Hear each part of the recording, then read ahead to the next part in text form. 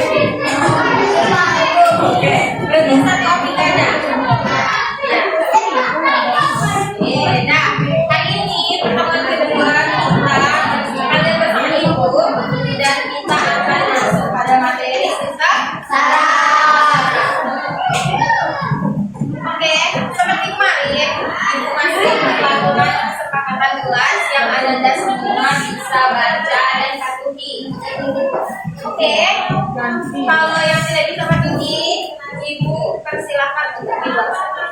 Siap? Siap. Oke, pada hari ini tujuan pembelajaran kita itu ada 4. Pertama, peserta didik mengenal sistem saraf dan fungsinya.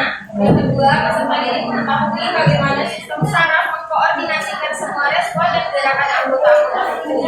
Setelah itu, kita juga akan mengetahui macam-macam kelainan dan penyakit yang menyerang sistem gerak kita. Lalu yang terakhir, mampu menjaga kesehatan agar tidak terkena penyakit pada sehingga mengalami kelainan pada sistem gerak. Nah, sebelum kita memulai pembelajaran, Ibu mau kasih kalian buku satu. Di mana buku satu ini yaitu ringkasan materi pada bab 1. Nah, ini jangan hilang.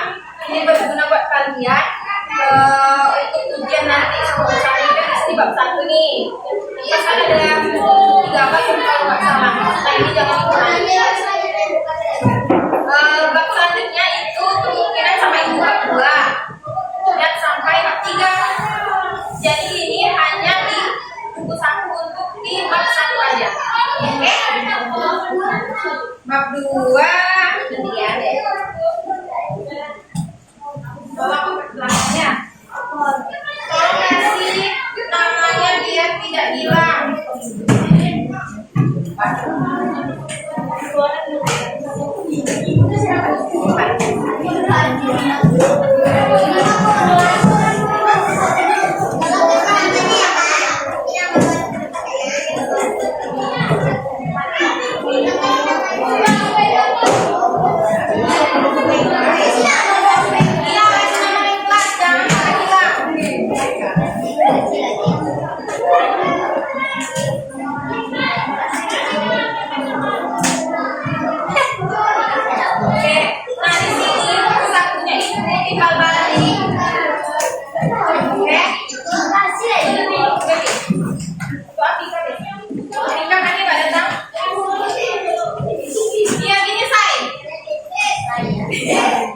Jadi kan ini halaman pertama, halaman kedua, halaman ketiga. Terus kalian baca ke sini. Setelah sudah selesai, ada yang di sini. Cara melipatnya, lipat ini, lipat ke halaman selanjutnya, dan dilipat ini lagi nah.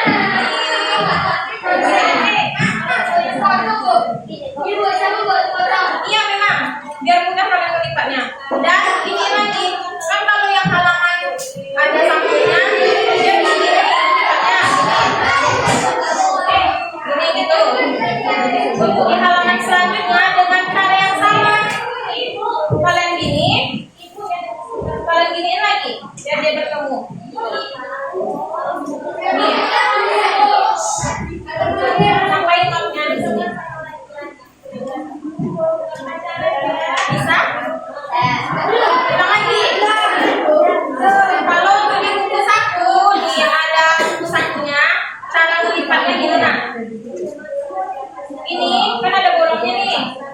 Kan gini. Gini lihat. Nih. Sampai buku sakunya di sini. Oke. Nah, kalau udah habis kan ini yang terakhir di halaman depan. Berarti kalian balik ke halaman di depan ini terakhir. Jadi sendiri. Baca selanjutnya di halaman sampingnya lagi. Nih. Nih, kalian dengan cara yang sama. Nah, ya. Dengan cara yang sama ini. Sampai notnya di sini. Bisa semuanya? Bisa kan? Gede. Udah makan. Oke.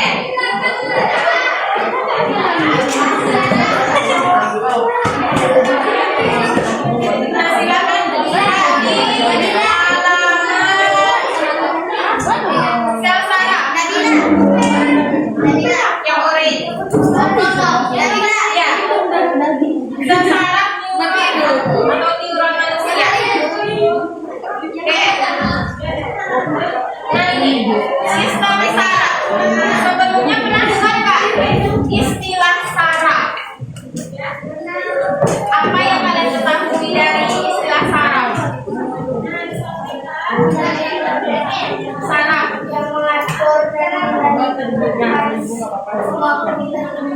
Oke, bisa yang suka yang saraf atau neuron manusia. Nah, jadi kan kadang kan yang orang orgil gitu kan, orgil kan kita bilang ih putus nih, saraf juga saraf lagi saraf dari saraf. Jadi saraf itu gimana? Berbentuk kan kalau putus berarti dia berbentuk jaring. Jaringan kita kan sering itu bilang ini yang putus dia udah sarafnya, yang putus kayak gitu kan. Saraf itu berbentuk sebuah jaringan.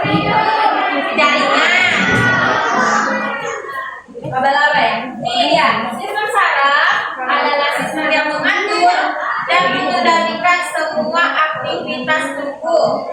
Sistem saraf membuat kita mampu berpikir, bergerak, menjaga keseimbangan, dan menjalankan aktivitas mendasar seperti bernafas, memompa jantung, mengolah makanan, dan sebagainya. Ini dia fungsi sel saraf kita. Ibu mau kalian bacain ya, ibu Akil deh bacain Akil.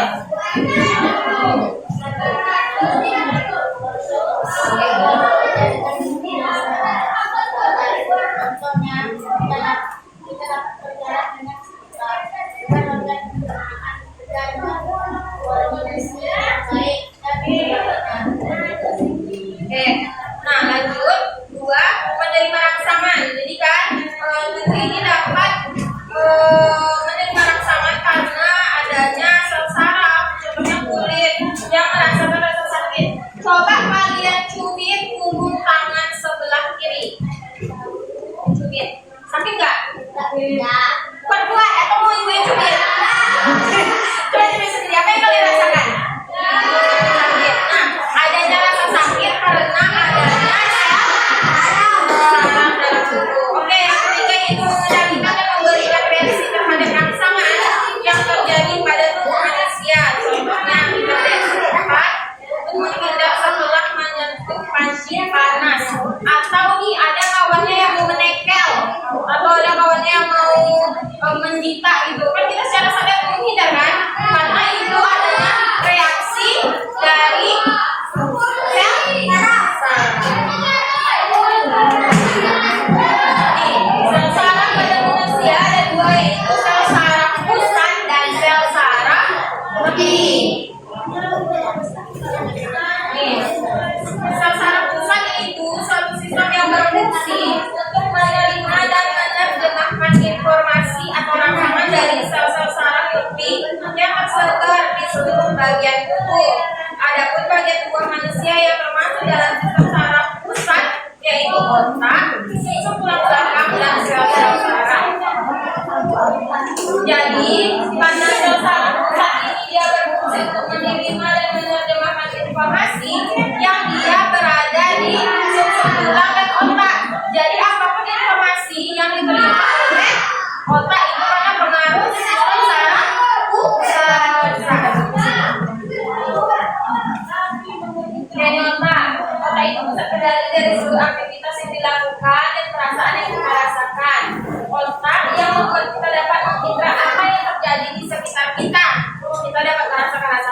semakin halus dan kasarnya berbeda, licin dan kasar bedah otak.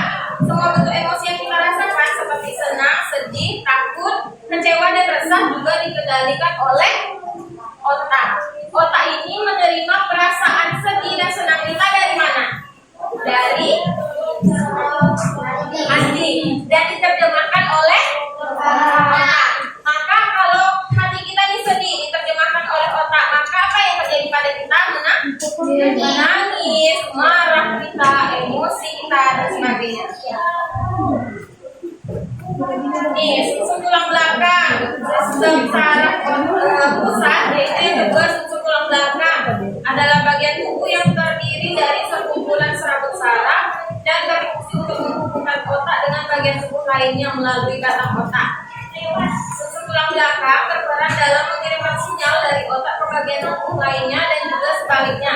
Jadi ketika otak kita merasakan sedih, gitu kan, kecewa atau deg-degan, kadang kan kita nih kalau deg-degan mau menampil, kan ada perasaan pengen pupuk, sakit perut, pengen kencing gitu kan, itu dari otak ditransferkan ke susun tulang belakang seperti itu.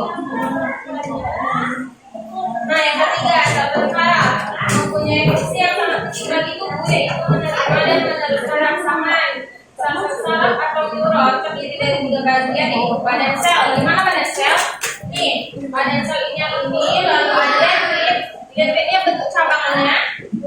Dan yang ketiga akson. Akson ini jembatannya. Jembatan melalui jembatan dari badan sel, dendrit dan menuju dendrit yang di bawah. Yang tengah mana? Yang ini badan sel nih. Ini.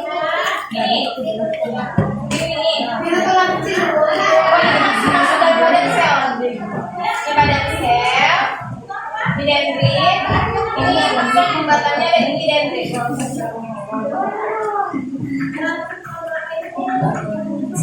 Oke, yang kedua ini sistem saraf tepi, yaitu bagian dari sistem saraf manusia yang terdiri dari saraf-saraf yang bercabang keluar dari sistem saraf pusat. Sistem saraf tepi berfungsi untuk mengirimkan informasi dari otak dan susun tulang belakang ke organ tubuh. Berdasarkan cara kerjanya dibedakan menjadi somatik dan sistem saraf otonom. Di buku sakunya ada kan? Ada. Nah, ini sistem saraf somatik adalah bagian dari sistem saraf yang mengontrol gerakan sukarela pada tubuh seperti gerakan tangan dan kaki. Sistem saraf somatik ini terdiri dari neuron sensorik dan neuron motorik. Mengirimkan informasi sensorik dari kulit, otot dan organ-organ tubuh lainnya ke sistem saraf pusat, sedangkan neuron motorik mengirimkan sinyal dari sistem saraf pusat ke otot sehingga menghubungkan gerak tubuh. Nah, contoh dari sistem saraf somatik ini apa? Karena kan gerakan sukarela. Apa nih? Berlari, terus apa lagi? Berjalan, melompat. Satu termasuk sukarela ya. Salto, terus apa lagi? Ya, dari kaki, terus kita melambai, kita merasakan panas gitu kan? Panas, terpapar di otak ke sistem saraf kita yang ada lainnya ke ini somatik. Lalu apa yang kita lakukan? Mengipas badan kita. Oke? Lalu sistem saraf otonom, bagian dari sistem saraf yang mengontrol fungsi-fungsi tubuh yang tidak disadari seperti detak jantung, pernapasan, pencernaan dan sebagainya. Struktur sistem saraf otonom terbagi menjadi 2, yaitu simpatis dan parasimpatis. Oke, simak dulu ya.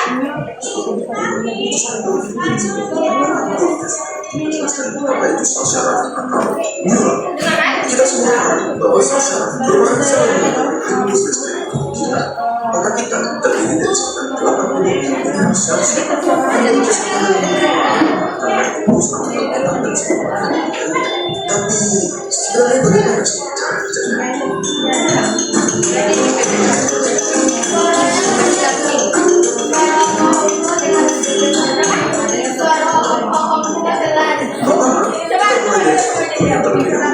Salah satunya ada yang namanya akson. Bagian ini bertanggung jawab dalam transportasi impuls listrik dari satu sel syaraf ke sel syaraf berikutnya yang akan menuju ke rangkaian organ atau otot. Setelah itu, kita juga punya dendrit. Dendrit adalah struktur yang bertanggung jawab dalam melihat impuls dari sel syaraf lainnya dari organ otot ataupun dari otot. Impuls listrik ini akan bergerak dari dendrit melalui badan sel, yaitu struktur lain di sel syaraf yang berisi nukleus, suatu organ yang berisi materi genetik dan mengatur pertumbuhan dan perkembangan dari sel syaraf. Selain itu, ada banyak sel syaraf yang memiliki struktur bernama struktur mirip yang membantu dalam kecepatan konduksi impuls listrik di sel syaraf. Tahu nggak, konduksi listrik bagi kita bisa menjadi 120 meter di sel syaraf yang mempunyai struktur mirip. Oke, kita sudah mendapatkan gambaran dari struktur sel syaraf. Tetapi, bagaimana dengan transmisi impulsnya? Bagaimana caranya? Maka kita perlu coba kita di sini. Untuk bergerak, di awal, melewati suatu mekanisme yang kompleks, kita membentuk sesuatu yang bernama potensial aksi dan meneruskannya sepanjang syaraf yang bertanggung jawab untuk menggunakan jempol. Di dalam syaraf ada beberapa kabel, dan di dalam kabel-kabel ini terdapat sel syaraf. Di antara itu sel syaraf berikutnya ada celah yang bernama sinaps. Jadi, potensial aksi yang merupakan sel listrik akan diterima oleh dendrit di sel syaraf belakang, diteruskan melalui tubuhnya dan mencapai akson. Di beberapa neuron atau sel syaraf utama ada sesuatu yang bernama neurotransmitters, suatu zat kimia yang berperan dalam produksi listrik dari satu sel syaraf ke sel syaraf berikutnya. Neurotransmitter akan dilepaskan ke sinaps dan menghasilkan suatu potensial aksi di sel syaraf kedua. Di sini, listrik tersebut akan dioper dari satu sel syaraf ke sel syaraf berikutnya. Sampai akhirnya, sel syaraf terakhir menyatakan si listrik untuk yang bertanggung jawab dalam menggerakkan si jempol. Alhasil, jempolnya terbentuk. Hasilnya, melalui berbagai proses ini, lahirlah nama neuron yang mengamalkan dapat menerima informasi dan menyampaikannya kepada kalian semua dengan tujuan edukasi. Kami ingin mengucapkan terima kasih kepada semua dari kalian yang sedang mendengar untuk kami sekarang. Dan kami juga mengucapkan. Oke, nah itu dia tadi mengenai saraf manusia. Apa yang bisa diambil dari video tersebut?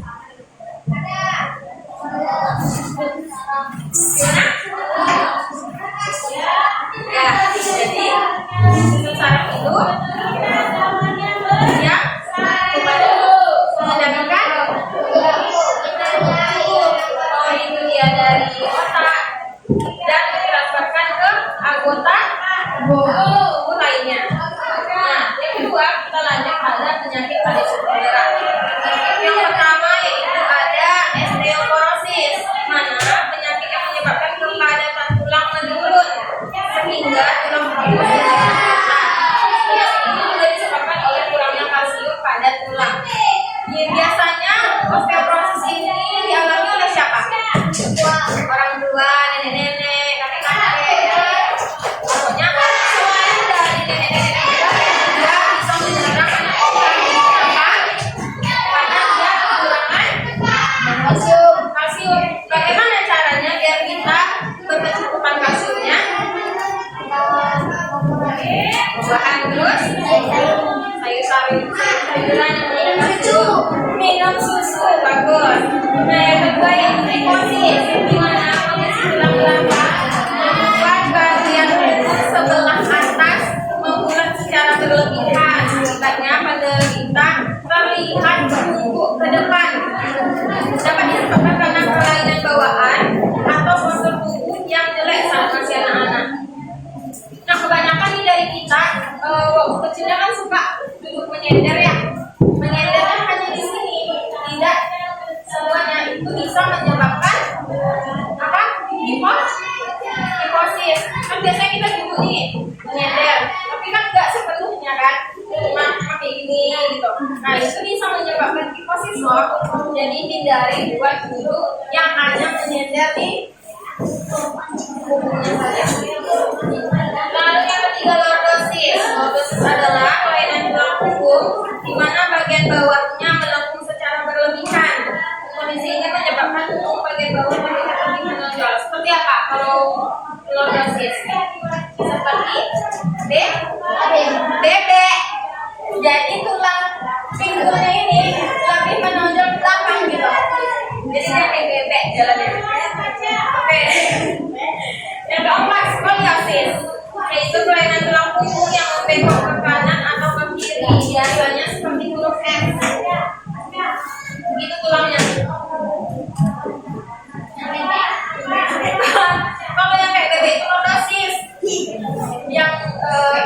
pinggulnya lebih bengkok ke dalam. Nah, kalau skoliosis ini dia kayak ini gitu loh, tulangnya tuh gitu.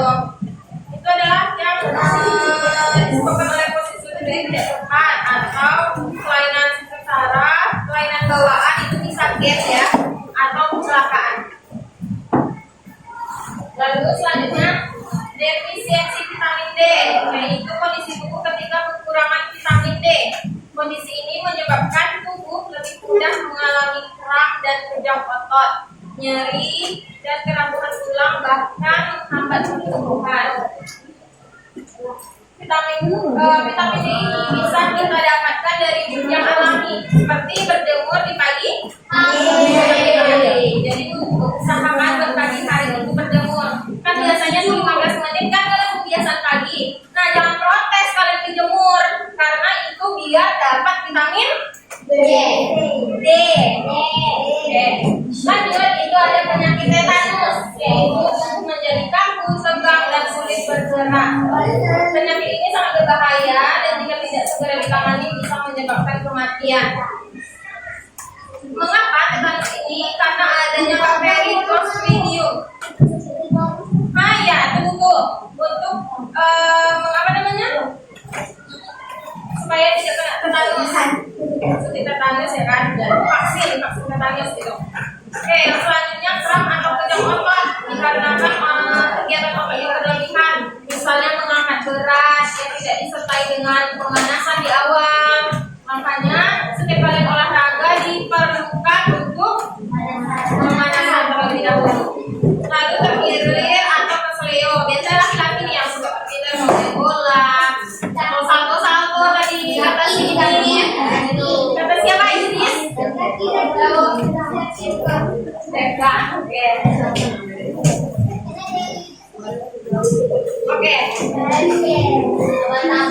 Nah, ini ada LKPD post test yang kalian harus kerjakan sendiri tanpa bersuara. Itu ya? Iya bukan bu. Lombok. Ini mandi dulu.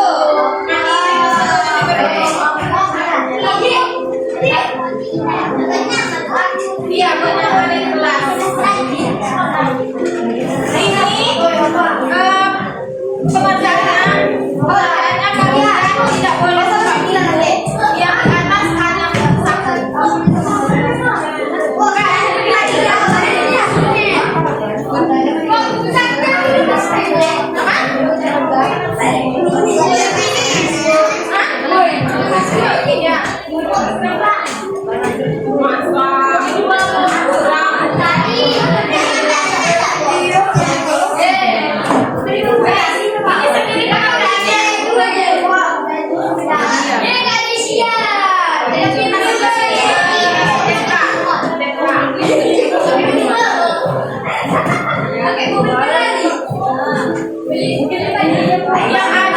yang ada di meja hanya buku satu ya.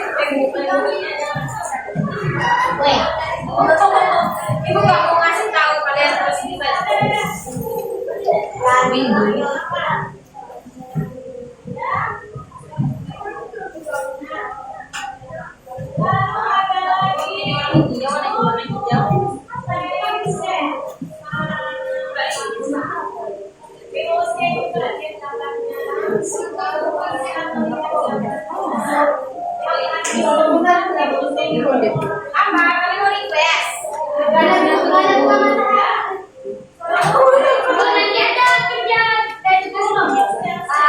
Ada. Nanti tidak kelompok sih, tapi berebut hadiah. Hadiahnya hari Kamis ini. Masa duitan ya? Kota.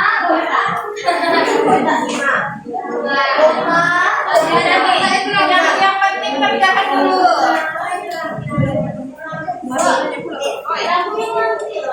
Lagu apa?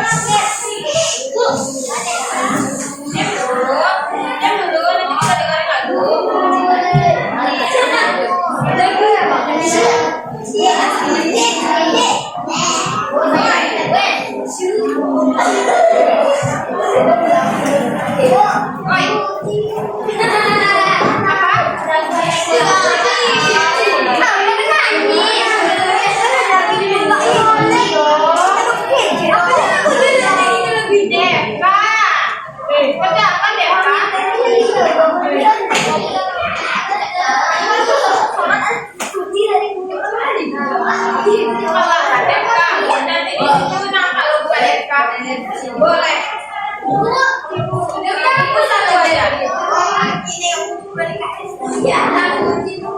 Tadi kenapa jadi?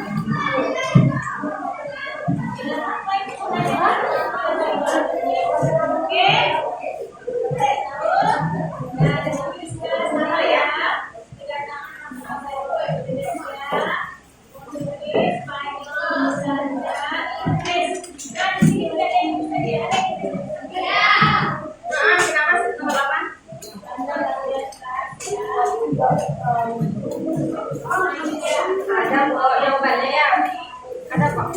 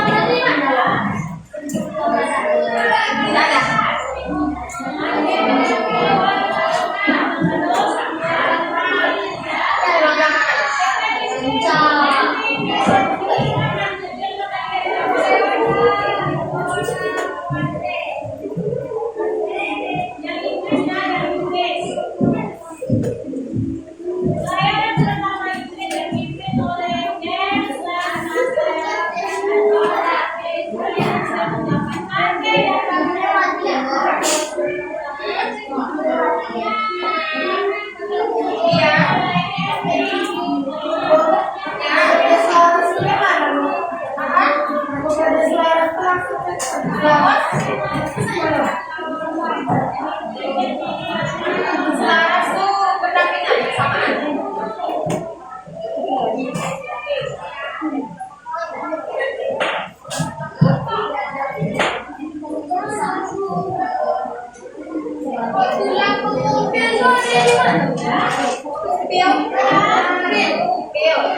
Coba lihat ya.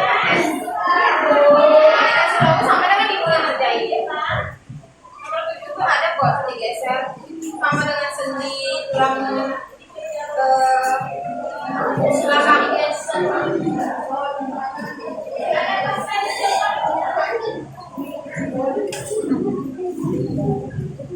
Iya, ya.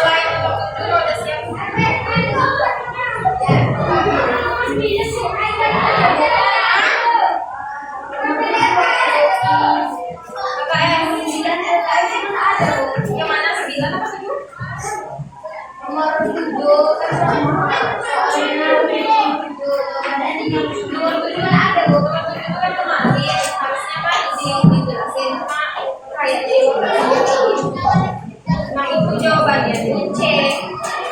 Nomor 7 isinya C.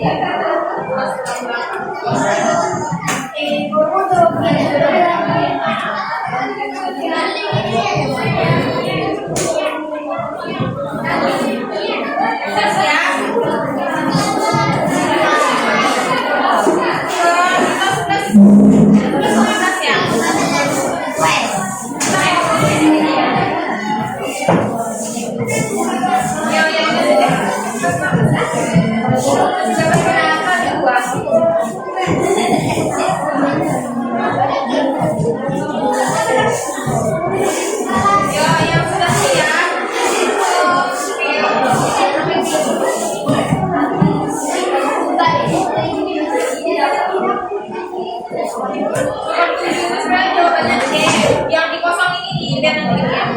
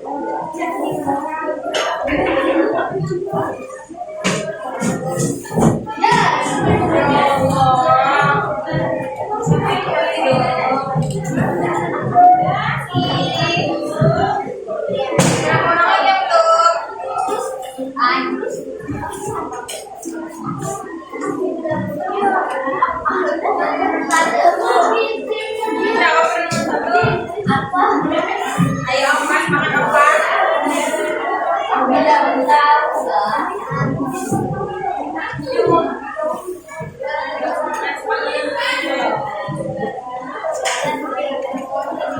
Isi pakai baik ya, buku sakunya. Kasih nama. Hah? Cepat ya. 5 menit. 5 detik.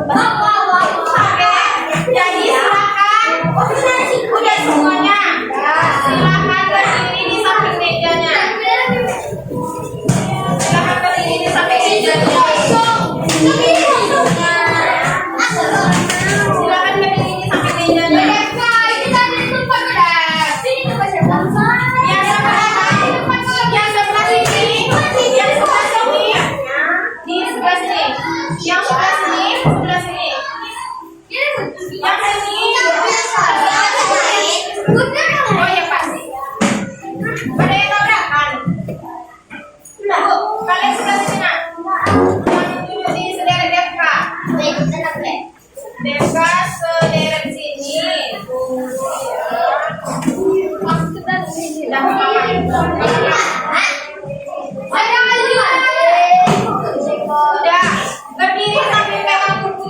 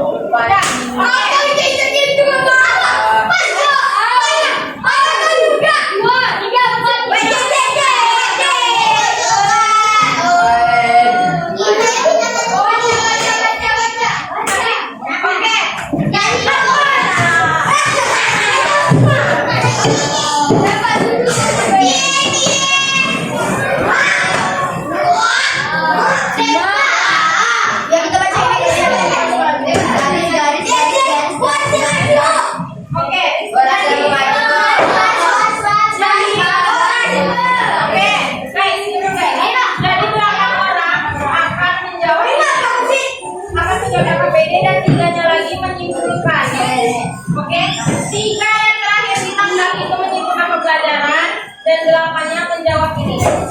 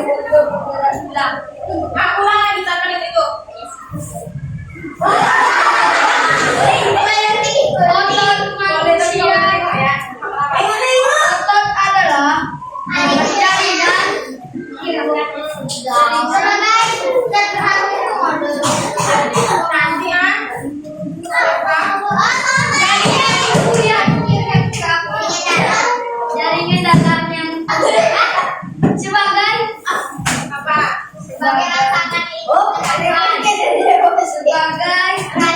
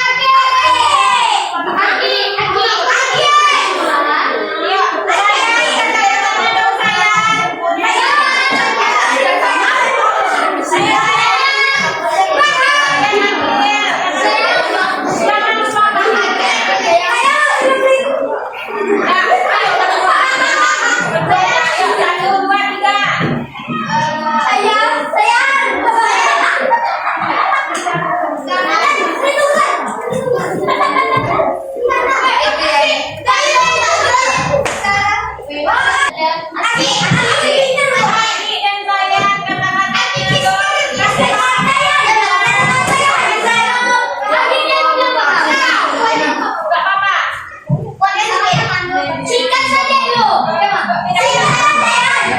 Singkat saja. Singkat saja. Singkat saja. Karena jadi dua. Oh iya, belum.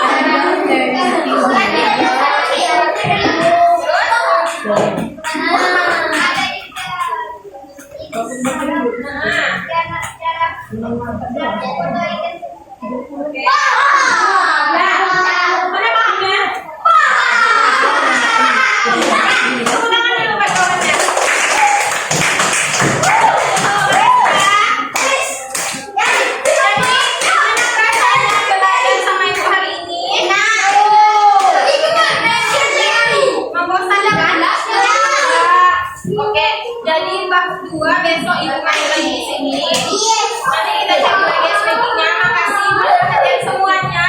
Semoga paham dengan dengan yang ibu sampaikan. Nah, untuk buku sakunya silahkan disimpan, dikasih nama dan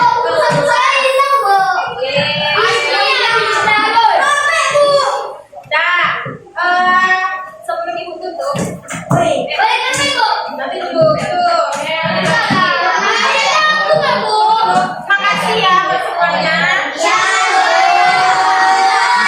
Jumpa lagi hari Kamis. Ibu kan mau tutup nih, tapi nanti kamu pulang dulu ya. Oke, makasih semuanya. Assalamualaikum warahmatullahi wabarakatuh.